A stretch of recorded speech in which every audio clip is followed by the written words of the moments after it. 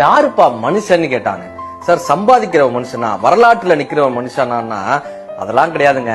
அடுத்தவர்கள் மீது எவன் ஒருவன் அக்கறை கொண்டு இருக்கிறானோ அவனே மனிதன்னு புத்தர் அவர்கள் நமக்கு கத்துக் கொடுத்துட்டு போறாரு. வள்ளுவர் சொல்றாரு இதே வார்த்தைய, அறிவினார் ஆகுவது உண்டோ பிரிவின் நோய் தன்னோய் போல் போற்றா கடைன்றாரு. ஒரு பையன் ரோட்ல நடந்து போறான், அங்க ஒரு ஷேர் ஆட்டோ அவனை அடிச்சுட்டு போயிடுது. அந்த பையன் பறந்து போய் உழுகுறான், அவனுடைய தலை அடிபட்டு ரத்தம் கொட்டுது. யாராவது ஒருத்தர் வாங்கலன்னு எல்லாரும் கதறிக்கிட்டு இருக்கும்போது இந்த பையனுடைய அம்மா யாரு, அம்மா யாருன்னு எல்லாரும் கதறாங்க. யாரு இந்த பையனு தெரியலையேன்னு அந்த இடத்துல இருந்து ஒரு குரல் கேக்குது, என் மகனே அப்படின்னு ஒரு அம்மா ஓடி வராங்க. அவங்களுடைய வெள்ளை புடவை கட்டி, இந்த கேரளா புடவை கட்டி ஒரு அம்மா ஓடி வராங்க. என் மகனே என் மகனே என் மகனேன்னு நெஞ்சிலி மார்பிளையும் அடிச்சுட்டு அந்த அம்மா ஓடி வராங்க. அந்த பையனை தன்னுடைய மடியில போட்டுட்டு அழுகுறாங்க.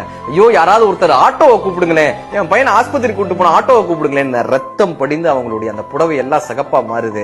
ஆட்டோல அழுதுகிட்டே அந்த பையனை கூட்டிட்டு போறாங்க. பக்கத்துல ஒரு ஆஸ்பத்திரி, நல்ல வேளை பக்கத்திலேயே ஒரு தனியார் மருத்துவமனை இருக்கு, கொண்டு போய் ஐசியூல சேர்க்கிறாங்க.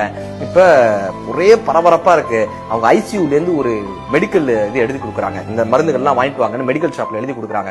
இவங்க அப்படியே எடுத்துட்டு கொண்டு வந்து மெடிக்கல் ஷாப்ல கொடுக்குறாங்க. சார் அவர் அந்த மருந்தெல்லாம் எடுத்து வச்சுட்டு 8000 ரூபாய் பில்லு சொல்றாரு. இந்த அம்மாட்ட 8000 ரூபாய் இல்ல, என்ன பண்றதுன்னு தெரியாம தன்னுடைய நகைகள் எல்லாம் கலட்டி வைக்கிறாங்க.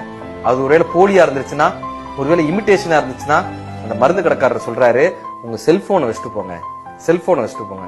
இவங்க எதுவுமே யோசிக்கல, தன்னிடம் என்ன இருக்கோ எல்லாத்தையும் அப்படியே கொடுத்துட்டு அந்த மருந்துகளை அப்படியே அணைச்சுக்கிறாங்க. அள்ளி எடுத்துட்டு போய் அந்த ஐசியூல கொண்டு போய் கொடுக்குறாங்க.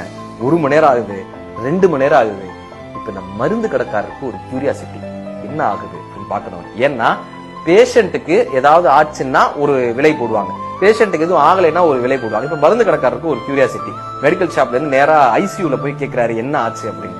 நர்ஸ் சொல்றாங்க ஒன்னும் இல்லைங்க, அந்த பையன் குணமாயிட்டான், சரியான நேரத்துல அந்த அம்மா வந்து சேர்த்தாங்க, இந்த பையன் இப்ப வந்து ஆல் ரைட், உயிருக்கு எந்த பிரச்சனையும் கிடையாது, அந்த பையனை காப்பாத்தியாச்சு. இவர் அப்படியா அப்படின்னு கேட்டு அந்த கதவை திறந்து ஸ்கிரீனை விளக்கி அந்த பேஷண்ட்டை பாக்குறாரு. சார் அது அவர் பையங்க, அந்த பையன் அவரோட பையன்.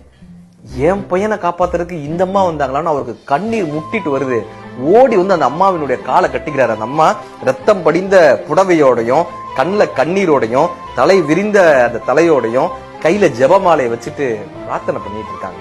ஒரு காலை கட்டிட்டு அழுகிறாரு. அம்மா அது ஏன் புள்ளம்மா, நீ காப்பாத்தினது ஏன் புள்ளம்மா, என் பிள்ளைய காப்பாத்துறதுக்கு ஓ நகையை கடத்தி குட்டியம்மா, என் பிள்ளைய காப்பாத்துறதுக்கு உன்னுடைய செல்போனை வச்சுட்டு போன்னு சொன்னேன்மா, என் பிள்ளைமா அது அப்படின்னு காலை கட்டிட்டு அழுகிறாரு. அம்மா அவங்களுடைய தலையை கோவி விட்டே சொன்னாங்களாம், நான் உனக்கும் சேர்த்தே பிரார்த்திக்கிறேன் மகனேன்னாங்க. யாரா மனிதன்னு கேட்டாங்க. வாழும் போது செத்து செத்து பிழைப்பவன் மனிதனா, வாழ்ந்த பின்பு பேரை நாட்டி நிலைப்பவன் மனிதனா, பிறருக்காக கண்ணீரும் பிறருக்காக செந்நீரும் சிந்தும் மனிதன் எவனோ அவனே மனிதன்.